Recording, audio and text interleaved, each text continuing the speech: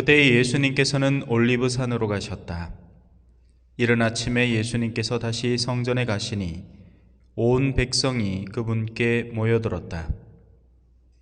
그래서 그분께서는 앉으셔서 그들을 가르치셨다. 그때 율법학자들과 바리사이들이 가늠하다 붙잡힌 여자를 끌고 와서 가운데에 세워놓고 예수님께 말하였다. 스승님, 이 여자가 가늠하다 현장에서 붙잡혔습니다. 모세는 율법에서 이런 여자에게 돌을 던져 죽이라고 우리에게 명령하였습니다. 스승님 생각은 어떠하십니까? 그들은 예수님을 시험하여 고소할 구실을 만들려고 그렇게 말한 것이다. 그러나 예수님께서는 몸을 굽히시어 손가락으로 땅에 무엇인가 쓰기 시작하셨다. 그들이 줄곧 물어대자 예수님께서 몸을 일으키시어 그들에게 이르셨다. 너희 가운데 죄 없는 자가 먼저 저 여자에게 돌을 던져라. 그리고 다시 몸을 굽히시어 땅에 무엇인가 쓰셨다. 그들은 이 말씀을 듣고 나이 많은 자들부터 시작하여 하나씩 떠나갔다. 마침내 예수님만 남으시고 여자는 가운데에 그대로 서 있었다. 예수님께서 몸을 일으키시고 그 여자에게 여인아, 그 자들이 어디 있느냐? 너를 단죄한 자가 아무도 없느냐? 하고 물으셨다. 그 여자가 선생님, 아무도 없습니다 하고 대답하자 예수님께서 이르셨다. 나도 너를 단죄하지 않는다. 가거라. 그리고 이제부터 다시는 죄 짓지 마라. 주님의 말씀입니다.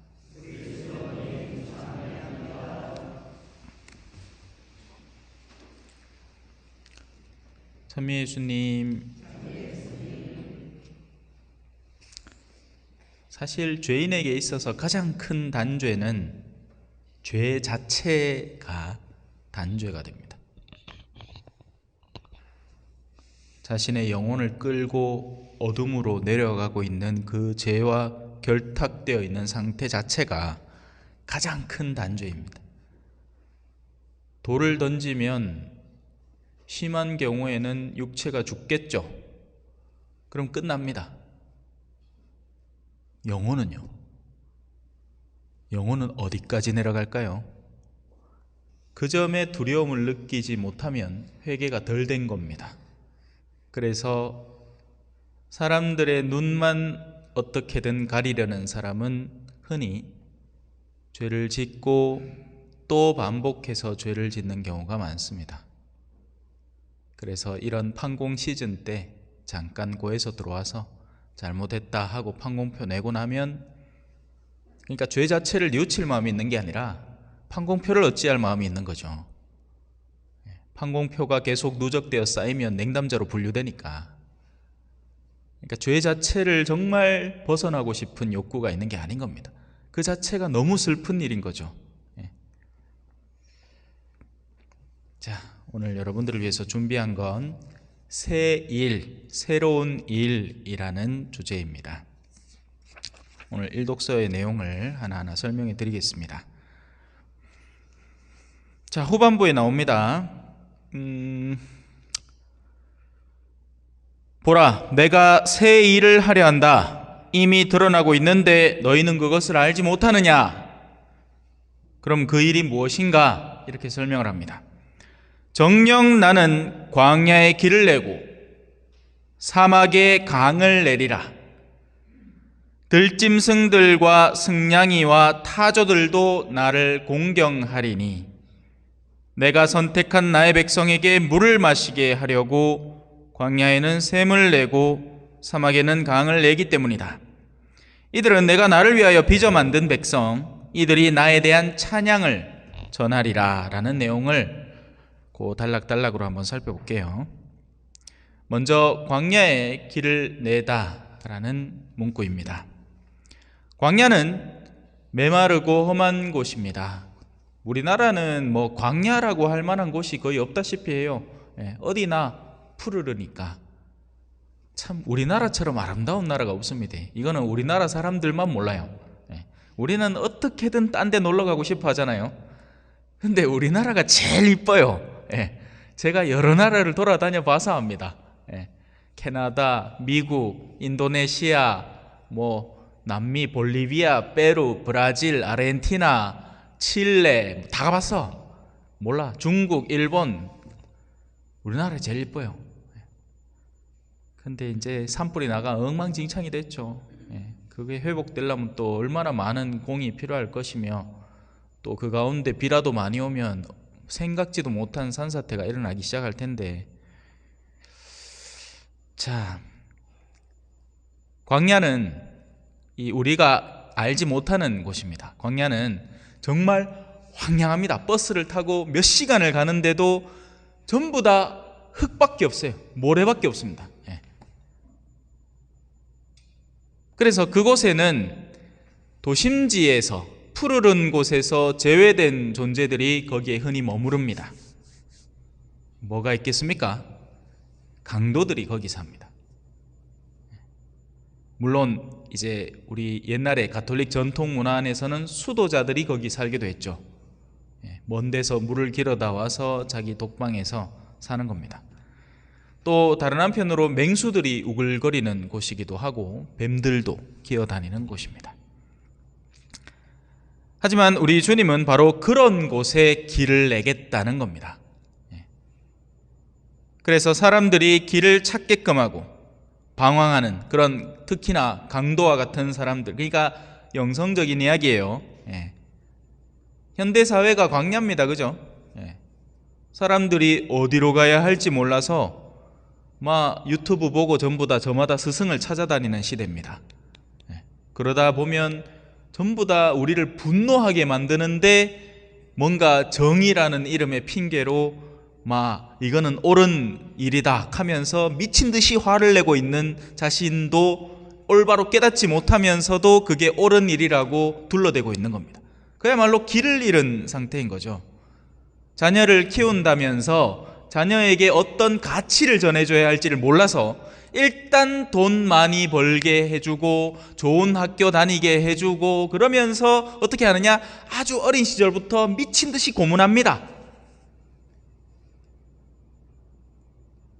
너는 이렇게 되어야 돼. 그걸 심리학적 용어로 투사라고 합니다. 내가 갖고 있는 심리적인 그 발상을 자녀에게 집어넣는 겁니다. 너는 꼭 이렇게 돼야 돼, 이렇게 돼야 돼 하면서 어린 시절에 누려야 할 것들을 모조리 앗아가죠.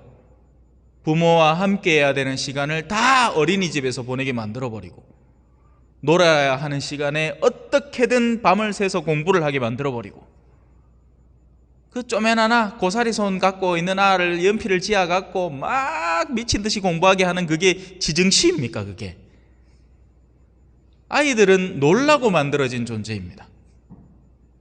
가장 기초적인 학습을 거치고 나면 나머지 시간은 정말 친구들과 어울림을 배우고 놀아야 하는데, 지금 아이들에게 뭐가 있습니까 도대체? 자기들에게 남아있는 거라고는 이제 온라인 세상밖에 없는 거예요. 그러니까 로블록스니 뭐니 해가지고 그 안에서 놉니다. 근데 또 어른들은 보면 그것도 못하게 하죠.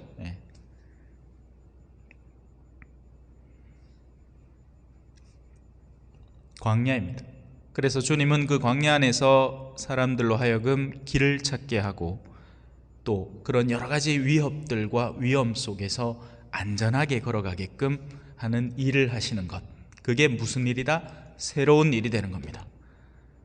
뭔가 새로운 프로젝트를 어마어마하게 해가지고 우리 본당 활성화 작업 10주년 기획 해가지고 막 착착착착착착 막 보험금 쫙쫙쫙쫙쫙 빨아당기고 여기 세우고 저기 세우고 세우고 만드는 게 새로운 일이 아니라, 영적이고 내적인 새로운 일의 작업을 하느님은 시작하시는 겁니다. 겉으로 보기는 어떻겠어요? 아무것도 안 바뀐 것 같습니다. 하지만 실제로는 그 안에 실질적인 일이 일어나고 있는 거죠. 사람들의 내면이 변하고 마음이 바뀌는 겁니다. 안전을 느끼는 거죠. 이 위험한 세상에서 길을 찾는 겁니다. 사막에 강을 내는 것도 마찬가지입니다.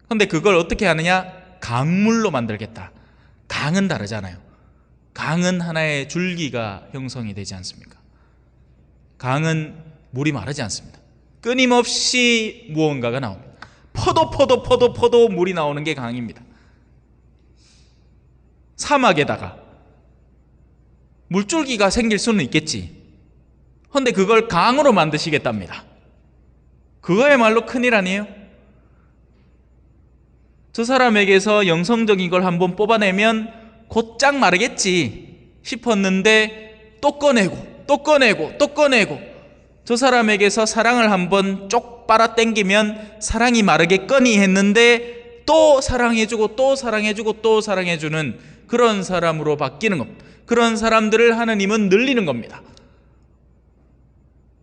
우리는 누구를 위해서 잠깐 봉사하고 나면 금방 지쳐버리는데 하느님에게 사로잡힌 사람은 다른 일을 위해서 헌신하고 헌신하고 또 헌신하고 새롭게 결심해서 또 헌신하고 살아가는 겁니다. 이게 신앙의 힘이에요. 그래서 부부 사이도 마찬가지인 겁니다. 제가 젊은 부부들 가르칠 때 항상 이 얘기를 했어요. 사람 마음속에는 컵이 하나씩 있어요.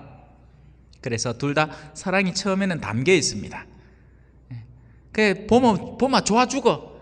자기야 사랑해 하면 나도 사랑해 하고 막 서로 사랑을 주거니 받거니 주거니 받거니 주거니 받거니 하면서 한참 가. 근데 어떻게 돼? 쪼르륵 따르다가 물방울이 엿볼 때게 쪼르륵 따르다가 또 뭐 어디 뭐 잘못 따라가지고 옆으로 줄줄 새. 하고 보면 나중에 그 컵들이 어떻게 돼? 사랑이 요마에 빠에 없어. 그때쯤 되면 이제 꼴 보기 싫은 겁니다. 네 결혼할 때 내한테 다 해주기로 했다 내가. 별도 달도 다 따준다 했잖아. 별과 달을 왜 따주노? 이거 둘이 막 싸우고 앉았다. 하지만 제3의 수원지에서 물을 받는 존재들이 있다면 그 컵들은 영원히 마르지 않게 되는 거죠. 그래서 혼인은 하느님 안에서 이루어져야 하는 거룩한 성사인 겁니다. 인간 사이 계약이 아닌 거예요. 특히나 현대의 젊은이들에게서 가끔씩 들려오는 소식들이 있죠. 이혼 소송 전문 변호사가 해주는 말입니다. 너무 계산적이라는 거예요. 절대 손해 안 보려고 한다는 겁니다. 그러니 지금 신혼부부의 이혼율이 껑충 뛰고 있대요. 요 얼마 전까지만 해도 황혼이혼이 한참 뛰었는데 지금은 신혼부부가 결혼하자마자 한 3년 안에 쪽낸다는 겁니다. 전부 다. 그라이 부모들도 안 물려준대. 지켜본대. 당장 물려주마. 이거 갈랐을 때 옆불떼기 줘야 되니까. 한 3년 지내는 거 보고 잘 사나 한참 살겠나 싶으면 그때서야 뭘 물려준다 하네요. 참 사람들 머리 좋죠. 한국 사람들은 이게 문제가 뭐냐면 너무 똑똑한 데 있어요. 우리는 너무 똑똑해. 특히나 돈을 다루는 데 있어서는 철두철미합니다. 다만 영적인 영역에서는 이만한 바보들이 따로 없어. 우직함도 없고 성실함도 없고 뭐 어디에 가치를 둬야 될지도 모르고, 그러니까 돈밖에 없는 게 돈. 갈수록 영혼들이 어떻게 돼? 더욱더 사막이 되는 겁니다. 하지만 하느님의 신비로움은 바로 그런 사막과 같은 영혼들 속에 강물을 트겠다고 작정을 하시는 거죠. 넘어갈까요? 네. 들짐승과 승냥이와 타조들도 나를 공경한다. 웃기지 않습니까? 뭔 놈 짐승들이 하느님을 공경해요. 성경은 전통적으로 제가 여러 번 여러분들에게 가르쳐 드렸습니다. 성경은 하느님을 아는 인간 존재를 인간이라고 표현을 합니다. 그리고 하느님을 아는 이들이 비로소 인간이고, 하느님을 알아서 성화를 향해서 거룩함을 쥐고 있는 이들을 거의 천사들로 표현을 합니다. 천사라고 꼭 무슨 날개 달고 영적인 존재만이 천사가 아닌 성스러움에 맞닿아 있는 인간 존재를 천사로 칭하고, 당신의 자녀들이라고 칭하고, 그래도 하느님을 아는 이들을 인간으로 표현합니다. 그러면 하느님 모르는 이들은 어떻게 되느냐? 거의 다 짐승으로 표현이 되는 겁니다. 짐승과 다를 바가 없는 거예요. 그냥 글자를 아는 짐승, 말을 할 줄 아는 짐승인 거죠. 그리고 그런 짐승들에게는 저마다 특징이 있지 않습니까? 매서운 짐승들이 있죠. 사자나 호랑이 같은 뭔가에 대한 공격성을 갖추고 있는 그런 짐승들이 있고, 또 순하디 순한 짐승들도 있습니다. 양이나 염소 같은. 하기야 염소는 그렇게 순하지는 않다, 그죠? 성질나면 막 갖다 들이받아. 양들은 제가 양 잡는 거 봤거든요. 참 남미에 있으면서 경험 여러 가지 많이 했습니다. 신부님들이 추기경님을 모시고 추기경님 댁에, 시골에 있는 추기경님 댁에 놀러를 갔어요. 그래서 그날 밤에 양을 잡아갖고 잔치를 하는 거예요. 그러면서 이제 한국에서 신부가 왔으니까, 그때만 해도 이제 선교 초짜 신부였거든요. 그러니까 볼리비아 신부님들 한번 와보라는 거야. 와요 하면서 따라갔더만 양 잡는 모습을 보여주는 거예요. 어떻게 죽을 것 같아요? 한마디도 안 하고 죽습니다. 아니 물론 뭐 동물이니까 말을 못 하지만 무슨 죽는다는 무슨 뭐 신용을 해야 될 거 아니야. 아무 소리도 안 하고 그냥 목에 칼을 때 꽂으니까. 그야말로 조용히 가더라고. 그래서 그 영화 제목이 있나 봐. 양들의 침묵. 예. 하느님을 알지 못하는 사람들은 짐승과 같습니다. 하지만 그 짐승들도 양심이라는 것이 살아있어서 참된 것에 대한 감각이 살아있고, 남다른 일을 보면 때로는 경탄을 하기도 하고 감탄할 줄도 알고, 위대한 일을 하는 사람에 대한 공경심을 품고 있기도 합니다. 아무리 짐승이라도요. 하느님을 모르지만 더 나은 것, 더 좋은 것에 대한 감각이 살아있는 짐승들도 있단 말이에요. 마치 예수님의 십자가 주변에서 수많은 유대인들, 그러니까 자칭 하느님을 안다고 자신하는 이들이 예수님에 대한 비난을 쏟아내고 있었잖아요. 네가 하느님이거든. 그 십자가에서 내려보지. 막 침도 탁 뱉고, 그죠? 침도 그냥 침 뱉었겠나? 가래침 뱉었겠지. 해가지고 막 느카얘가 쳐덕하면 막 가뜩이나 채찍 맞아갖고 막 살 막 붉어져 있는 데다가 막 더러운 침을 막. 예? 그런데 정작 백인대장은 그 곁에서 그분이 한마디 그야말로 순한 어린 양처럼 돌아가시는 모습을 보면서 오히려 이 사람들 아무것도 모릅니다. 하느님 아버지 용서해 주십시오 하는 그 모습을 보면서 야, 저 사람은 정말 하느님의 아들이었구나 하는 걸 도로 깨닫게 되죠. 사람의 아들은 바로 이런 이들을 구하러 온 겁니다. 짐승과 같은 수준이지만 그 누구도 하느님에 대한 소식을 전해준 적이 없어서 알고 싶어도 알지 못하는 상태로 살아가는 이들을 사람의 아들은 오히려 구하러 온 겁니다. 오늘 복음의 모습처럼 죄지어서 간음해서 붙잡혀서 돌팔매질을 당할 그 위기에 처해 있는 사람을 사람의 아들은 구하러 오신 거예요. 죄인들을 구하러 오신 거예요. 자기 스스로가 죄인임을 알고 있는 사람들, 주변 사람들은 뒤늦게 깨달은 거죠. 왜? 예수님이 이렇게 얘기했거든. 너희 중에 죄 없는 인간이 돌 던져라. 그렇게 죄가 없고 떳떳하고 단 한 번도 너희가 죄를 짓지 않았거든. 이 여인에게 돌을 던져봐라. 그러니 나이 많은 사람부터, 생각을 할 줄 아는 사람부터 곰곰이 생각하다가 돌을 내려놓고 가는 겁니다. 예수님은 바로 그 작업을 하러 오신 거예요. 그리고 그 일을 뭐라고 한다? 새로운 일이라고 하는 겁니다. 짐승들이 하느님을 찬양하게 만드는 겁니다. 야, 저게 가톨릭 신자구나. 와, 저렇게 살아야 되는 거구나. 반대로 자신이 안전한 영역에 살고 있다고 생각하는 이들은 자기 자리를 빼앗기겠죠. 오늘날의 교회라고 다르지 않습니다, 여러분. 착각하지 마세요. 우리 모두는 사실 하느님 앞에 죄인이기 때문에 여기 앉아 있는 겁니다. 근데 어떨 때는 왜 예비자분들을 이렇게 모아가지고 하면 예비자분들 중에 자기 기준에 이 성치 않다 이런 사람이 있으면 알로 보기 시작합니다. 아니에요. 말죄가 첫째 될 겁니다. 첫째가 말죄 되고요. 자, 이제 마지막 파트로 들어가죠. 나에 대한 찬양을 전하다. 찬양이라는 것을 우리는 잘 못합니다. 왜냐하면 우리는 상급을 바라고 뭔가 보상을 바라고 있지 정말 마음에서 우러나오는 기쁨을 표현하는 경우가 사실 드뭅니다. 이런 일들은 어릴 때, 아주 어릴 때 거의 다 그쳐버렸어요. 하지만 진정한 찬양이라는 것은 마음에서 우러나오는 기쁨입니다. 이런 기쁨을 최근 들어 얼마나 몇 번이나 느껴보신지 모르겠습니다. 이는 조작된 행동들의 연속으로 완수될 수가 없는, 그러니까 특정 행동을 몇 개를 한다고 해서 찬양이 되는 게 아니라는 겁니다.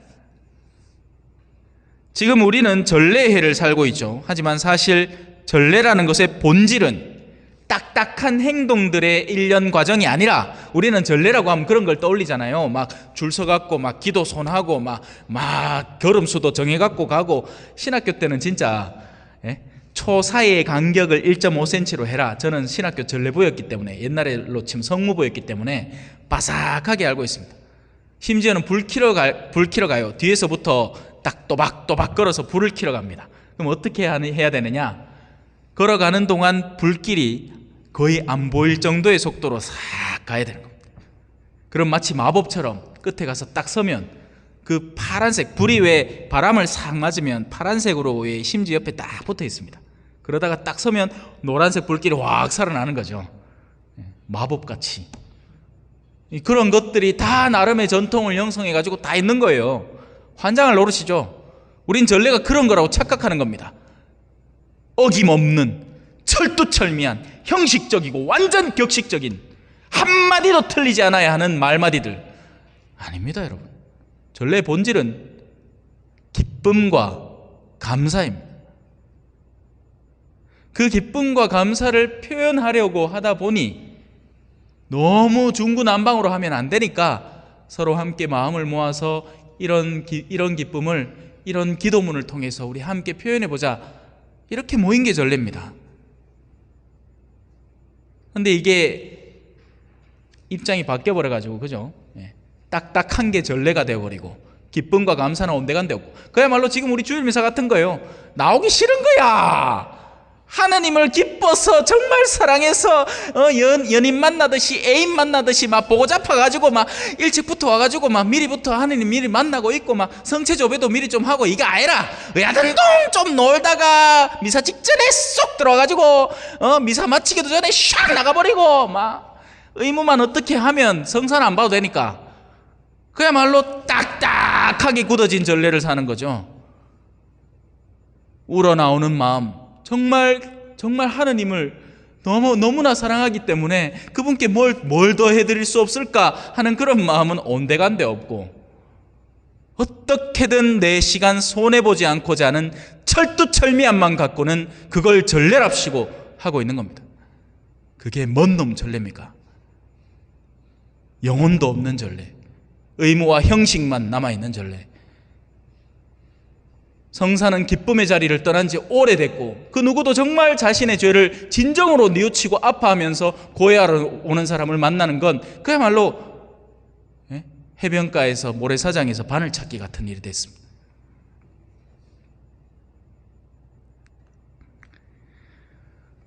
간단합니다. 오늘 복음의 여인은 얼마나 예수님이 사랑스럽겠습니까? 자기를 구해줬잖아요. 죽음의 위협에서. 그런 사람이 자기를 구해준 사람을 쉽게 잊겠습니까? 아니요. 그 여인은 아마도 평생을 마음속에 예수님이라는 이름을 두고 살았을 겁니다. 어떻게 혹시 다음에 뵐 기회가 없을까? 어떻게 혹시 나를 내가 도와드릴 일은 없을까? 모르긴 하지만 아마 마리아 막달레나가 그 주인공이 될 수도 있죠. 비록 복음에는 이름은 안 나오지만. 그러니 오죽하면 자기 머리카락에 그 향유를 부어가지고 발을 닦아드렸겠냐고요. 그건 정말 우러나오는 행위죠. 숨길 수 없는 기쁨의 행위. 모쪼록 여러분들의 오늘의 이 미사가 그랬으면 좋겠습니다. 딱딱하게 굳어버린 형식적인 어떤 것이 아니라 정말 하느님께 좀 더 나아가고 싶은데 내가 딱히 아는 방법이 없어서 그냥 미사 안에서 표현하는 그런 전례였으면 좋겠네요. 잠시 묵상하시겠습니다.